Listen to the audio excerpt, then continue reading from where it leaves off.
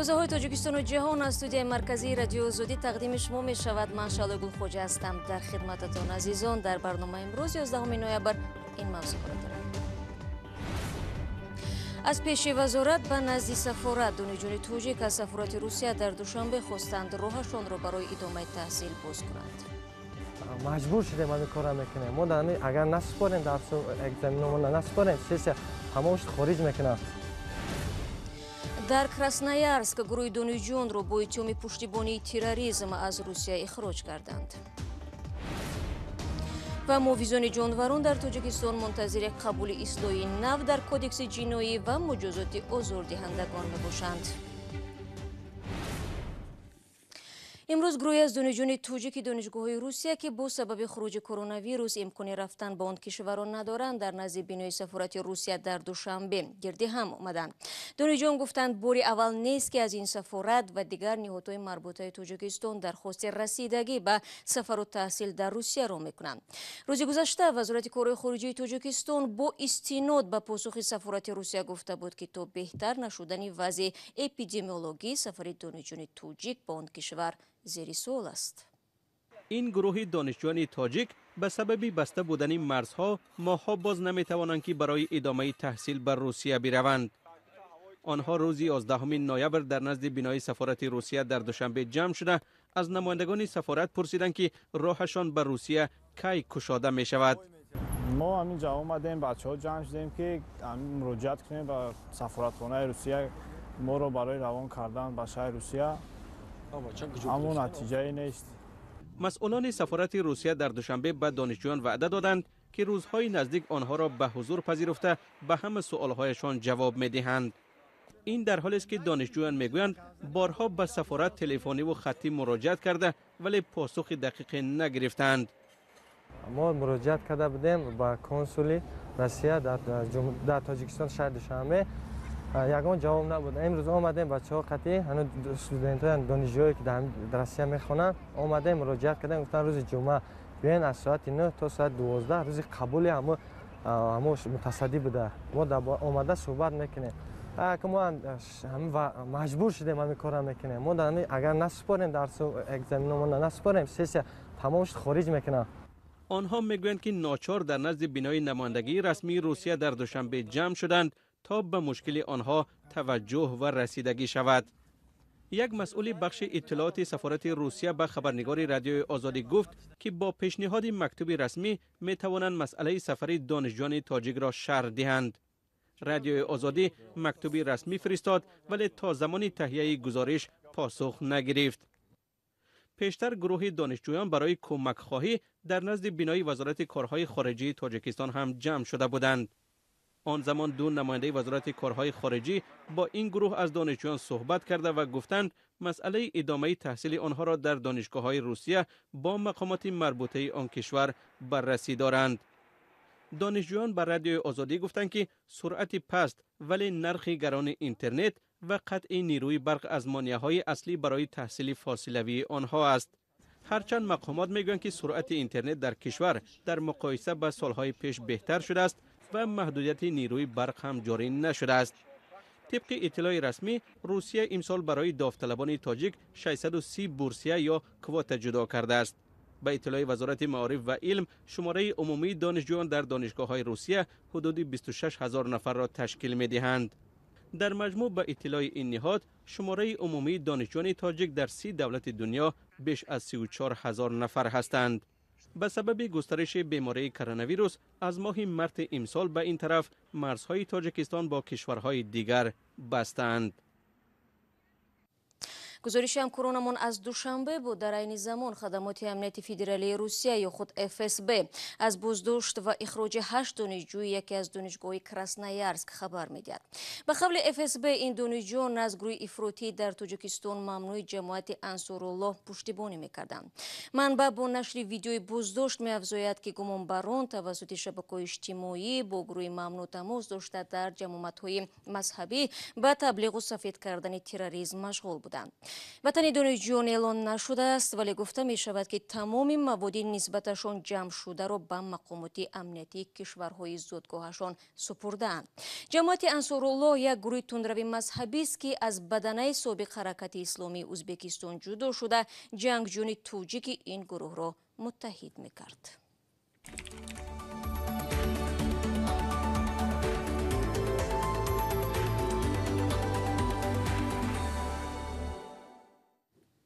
شما برنامه خبری رادیو زودی رو تماشا دارید و در ادامه موضوع روسیه شماره سهمیه و یا خود کوتاها برای دریافت RVP اجازه اقامت موقت را کم کرد. در این باره میخائیل میشوستین نخست وزیر روسیه امر صادر نموده است. متن این امر در پایگاه یگانه حقوق روسیه نشر شده است. این در حالی است که صدها زادگان تاجیکستان از روی گرفتن RVP تلاش میکنند شهروندی روسیه را به دست دارند. همکارم عبدالله اشور فجوزیات رو بیشتر میدوند. حالا با او رو میارم. عبدالله سلام و نخست بگو که کوتای RVP تو چه حد کم شده است و سبب کاهش آن در چیست؟ سلام شهلا. روسیه سال 2021 برای دریافت RVP به شهروندان خارجی و اشخاص به شهروند بیش از 39,000 کوتا جدا کرده است. در قیاس به سال گذشته شماره کوتاها قریب 50% کم شده است. سال 2020 کوتاها برای 60,000 مهاجر و 2 سال قبل باشد به 90,000 جدا شده بود. خب عبدالله معلوم است که با چه سبب کم شد؟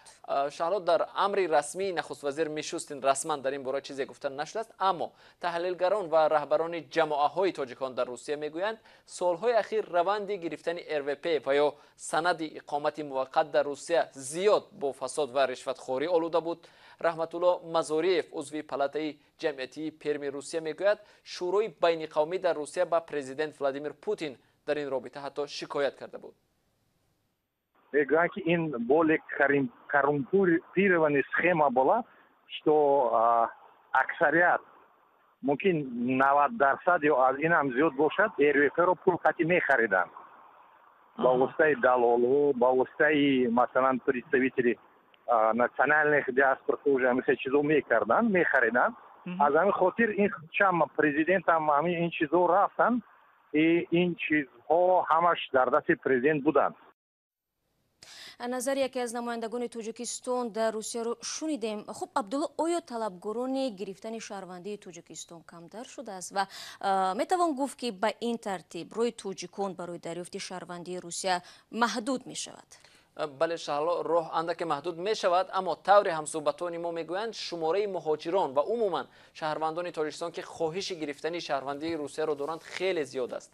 از این رو حالا اکثریت تلاش می‌ورزند توسط برنامه کوچبندی و یا پرسیلینی به روسیه روند و یا سند ویدنژیتلس را به دست آورند، چون اهالی روسیه حالا در حال کمشوی است و حکومت این کشور تلاش دارد از راه جلب مهاجران کمبود نیروی کاری را در این کشور حل کند. فهم عبدالله. از سوی دیگر اگر در تاجیکستان شرایط کار و زندگی خوب باشد، یقینا تاجیکان روسیه را برای بود و باش انتخاب نمی کنند. کشور غربتی که معلوم نیست از آنجا مهاجر و پیوندانش پول خواهد فرستاد و یا آنکه تابوتش را به نزد آنها می‌آورند. برنامه خبری رو ادامه میدیم. با تلاش زیادی حامیان جانوران در طرح کودکس جنایی تاجیکستان بندی نوی وارد شده است که برای آزار و اذیت حیوانات خانگی جزا پیش بینی میکند. ولی حالا معلوم نیست که این اصلاحات کی قبول شده و مورد استفاده قرار میگیرد. تا به حال در تاجیکستان برای مناسبت بیرحمانه نسبت جانوران مجازات نمیکردند و استثنای آن که برای کشتار سگ و یا گربه $27 جریمه مقرر گردیده است. گزارش تلویزیونی نستایش время رو در تقدیم میرزانبی خالقزاد با هم میبینیم. این سگ شیلا نام دارد و از ذات سگ‌های چینی است. وی از آدمان میترسد و ضمن سیر و گشت از نزد صاحبش محبت شفیع و دور نمی رود.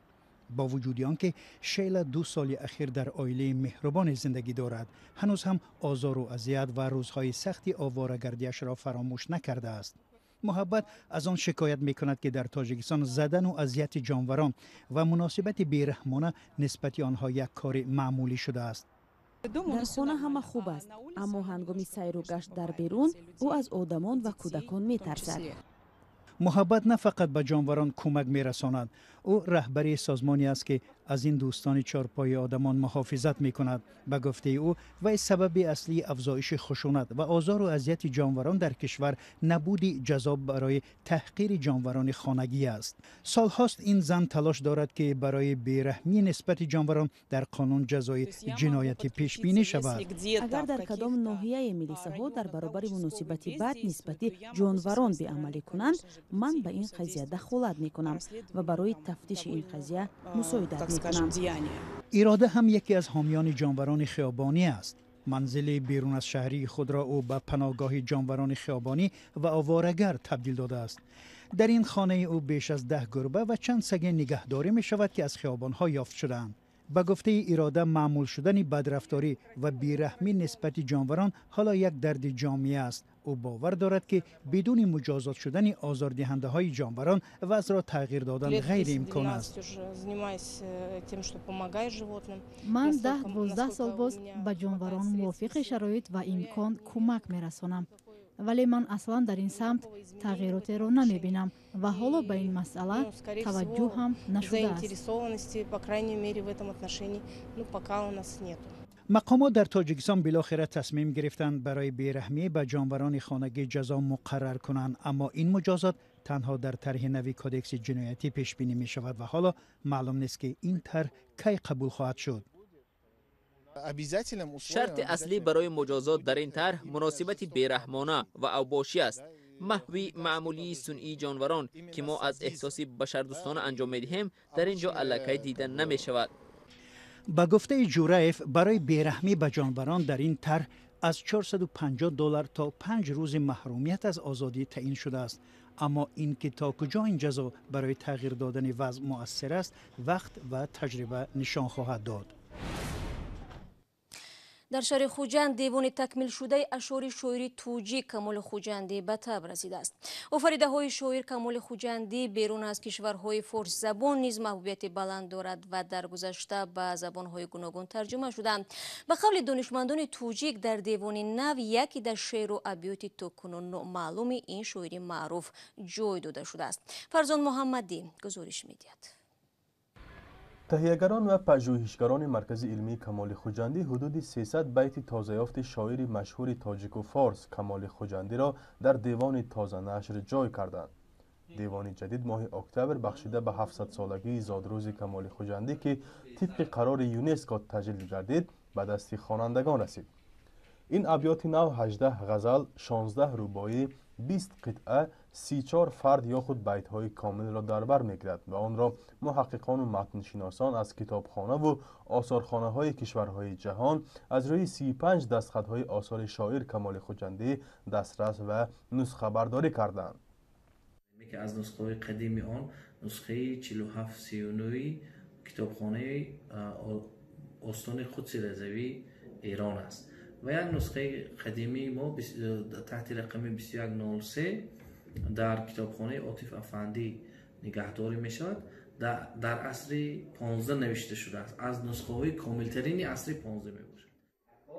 طبق نوشته برخی تذکره‌نگاران اشعار کمال خوجندی بیشتر از 10,000 بیت حسابیده شده است و در آخرین دیوان ترتیب داده عبدالجبار سروش محقق آثار این غزلسرای معروف سال 2015 8093 بیت جمع آوری گردیده بود.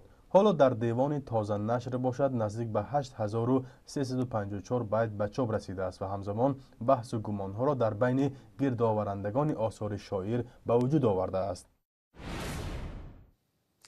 و مقامات کمیته حالتهای فوق‌العاده تاجیکستان میگویند تا به حال گزارشی درباره خسارات زلزله شب گذشته به آنها نرسیده است. زمین لرزه شام دیروز در تاجیکستان رخ داد و طبق اطلاع مرکز زلزله شناسی آمریکا مرکزش در حدود ناحیه رشت بوده است. به اطلاع منبع نیروی زمین لرزه در مرکز آن 4.9 درجه جدول ریختر را تشکیل داد و شدتش در دوشنبه و منطقه‌های دیگر کشور نیز احساس شد.